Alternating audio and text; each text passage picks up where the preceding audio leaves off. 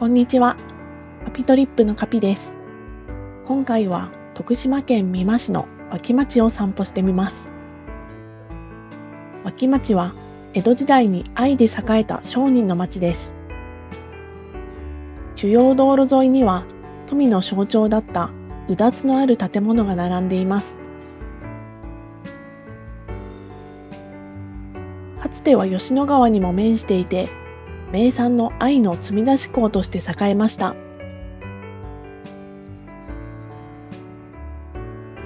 かつて船着き場だったこの場所は、今は道の駅アイランドうだつの公園になっています。朝9時頃に訪れましたが、駐車場はほぼ満車でした。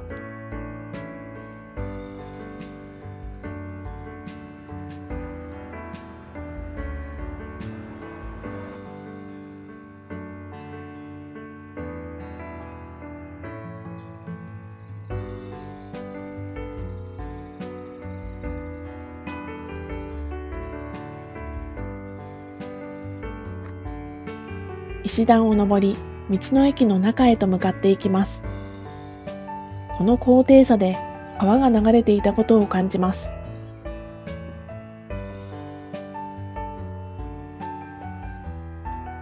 こちらの藍蔵は売店とレストランのある施設で、吉田家住宅の蔵をリノベーションした建物です。徳島県の地鶏阿波踊りのせいろ蒸しをいただきました。藍蔵から北に向かって歩いていくと、吉田家住宅の母屋が見えます。その脇を通り抜け、うだつの町並みが続く街道沿いに向かいます。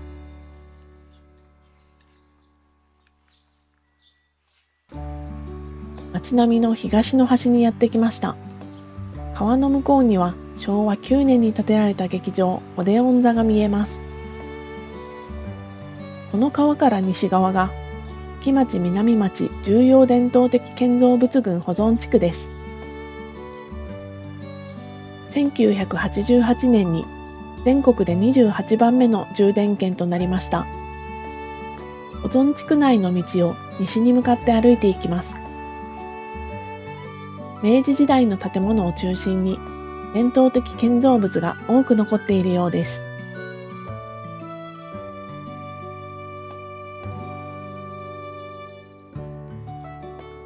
うだつの町並みに溶け込むような図書館がありました。かつての脇町立図書館ですが、現在は閉館してしまったようです。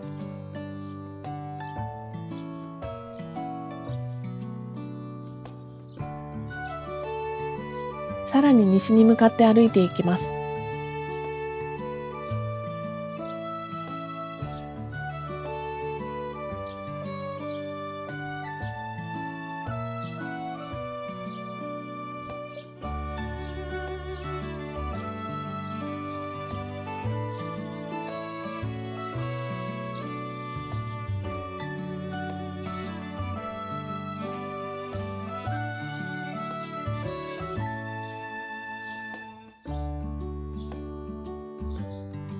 歩いてきた道は日本の道100選にも選ばれたものです。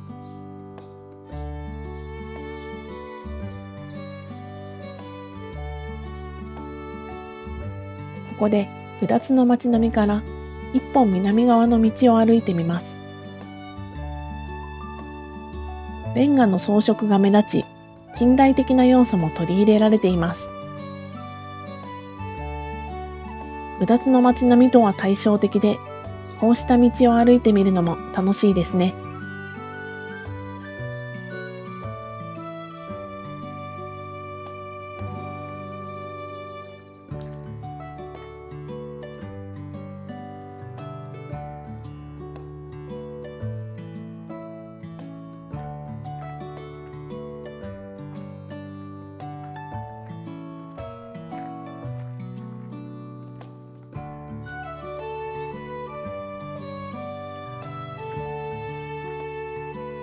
うだつの町並みが続く道へと合流しました。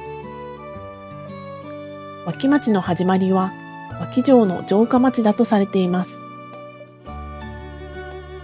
戦国時代に築かれた城で、江戸時代に一国一条例によって廃城となりました。その後、藍の取引の集産地として栄え、うだつのある重厚な建築群が作られていきました。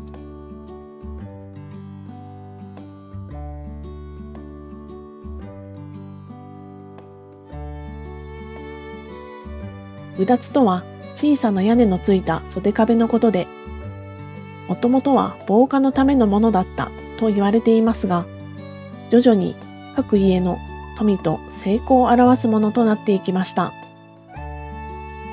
うだつが上がらないという言葉の語源でもあります。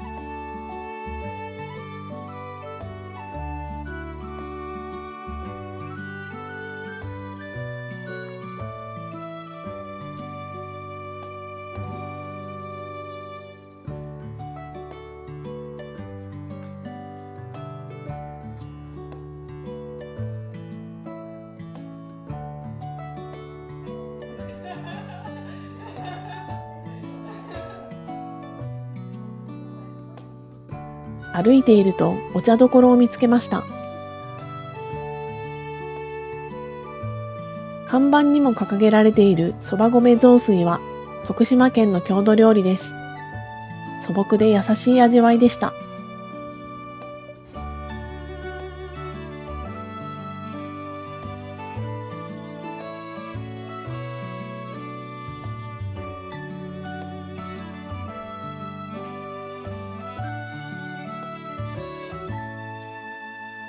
うだつの街並みをさらに西に向かって歩いていきます。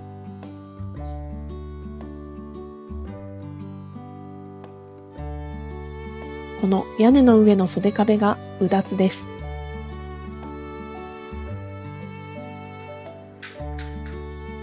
快晴の青い空に瓦葺きの建物がとても映えます。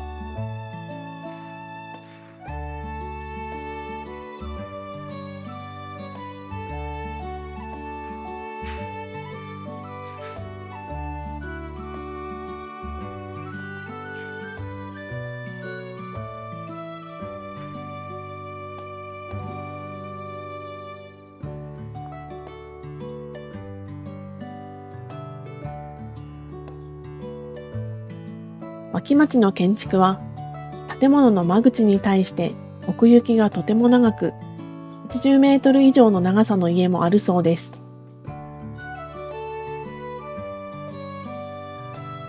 2階の壁や窓、うだつは防火のために漆喰塗りになっています。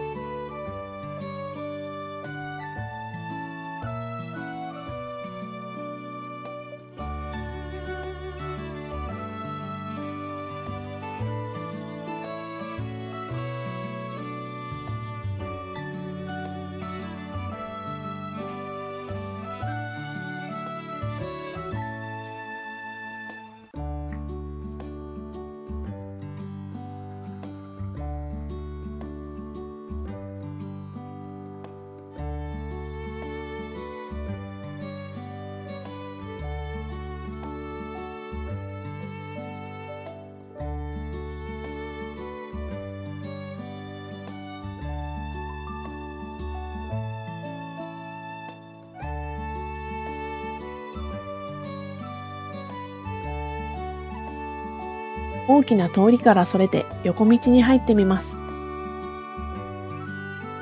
脇町の建物の奥行きの長さを感じることができますね。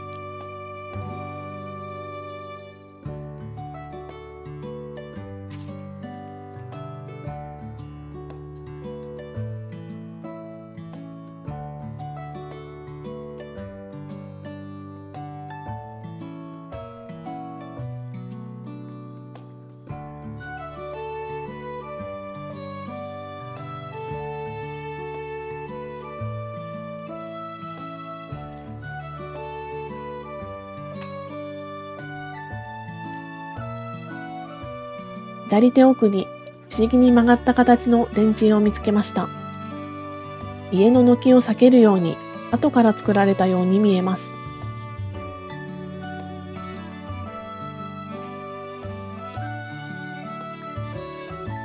住宅地の中に猫ちゃんがいました。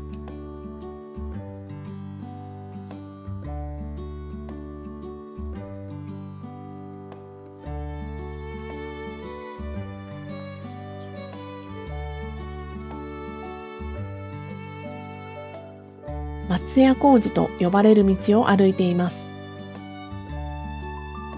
かつて松屋という呉服屋があったことから名前が付けられたようです。住宅の前に植木鉢や日用品が置かれていて、土地の暮らしを感じられる道だなと思いつつ、さらに歩いていきます。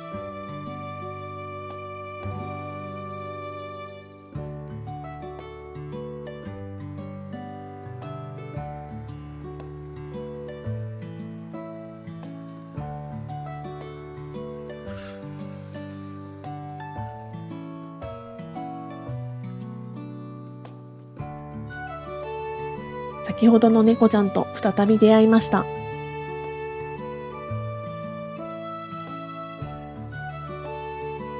金天工事を通ってうだつの町並みの通りに戻っていきます。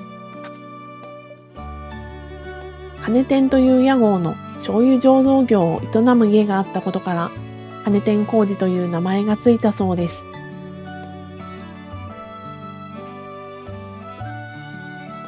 さて、街中から5分ほど歩き、吉野川の土手にやってきました。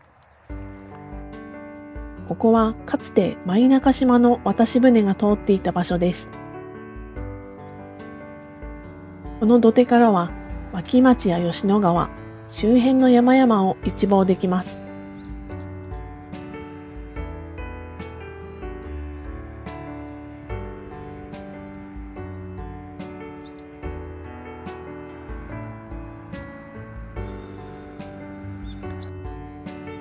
土手を越えて脇町橋へと向かいます。歩道のない道なので気をつけて歩きましょう。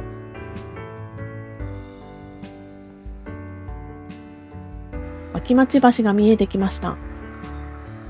脇町橋は吉野川に架かる潜水橋です。潜水橋とは増水時に橋の上を水が流れる橋のことです。沈下橋などとも呼ばれます。脇町橋を渡った先の舞中島は藍の一大産地でした。吉野川のゆったりとした流れに欄干のない潜水橋が溶け込むように佇んでいます。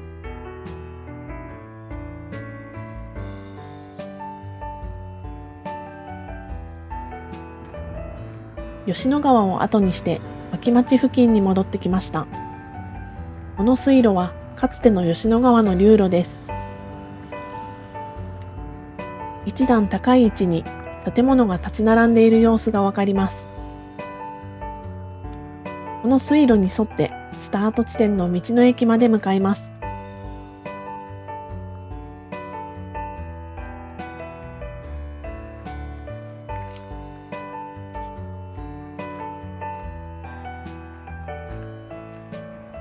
徳島県美馬市の脇町を散歩してみました。ご視聴ありがとうございました。